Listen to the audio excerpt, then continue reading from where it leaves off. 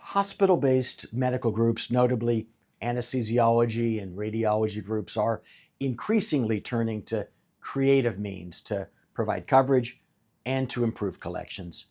Both are laudable goals. However, some groups cross the line from collaboration to fraud via pass-through billing.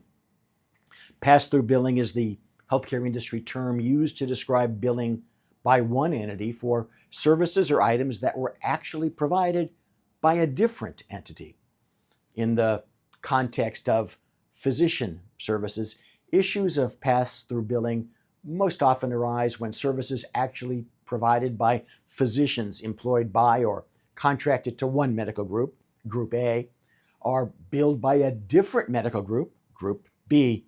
Group B bills for those services under its name, its tax ID number, and its provider agreements with one or more payers. To the payers, the Group A physicians appear to be Group B physicians, but are they? The object is most often to obtain the higher reimbursement associated with Group B's contract rates, a form of payer rate arbitrage. It might also be to make out-of-network physicians appear to be in-network. So, why should you care? The simple answer is that you likely want to keep your medical license, don't want to be liable for civil damages, including significant punitive damages for fraud, and want to avoid potential criminal prosecution. I've yet to see a payer agreement that doesn't limit the individuals whose services may be billed pursuant to its terms to those providers who are members of the contracted group. How members is defined as a term varies, but it's nearly always clear that the definition doesn't include physicians and other providers employed by someone else, by some other group. A violation triggers breach of contract claims, fraud claims, and on the criminal side, depending on how the claims were transmitted, mail fraud, wire fraud, and other state and federal law violations. Depending on the circumstances, the arrangement might also violate state or federal anti-kickback laws, criminal false claims laws, and prohibitions on fee splitting.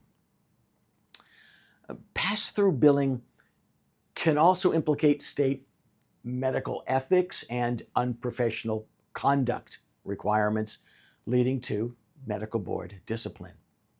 Here are some immediately actionable takeaways for you. Before even considering any arrangement in which your group bills for the services of another group's members, obtain legal advice to interpret the limitations of all impacted payer agreements.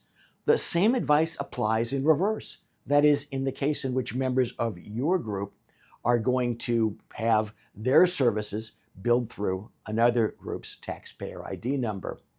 There are, depending upon the particular arrangement, potential end runs around contractual pass-through billing prohibitions, but they are highly fact-specific and technical.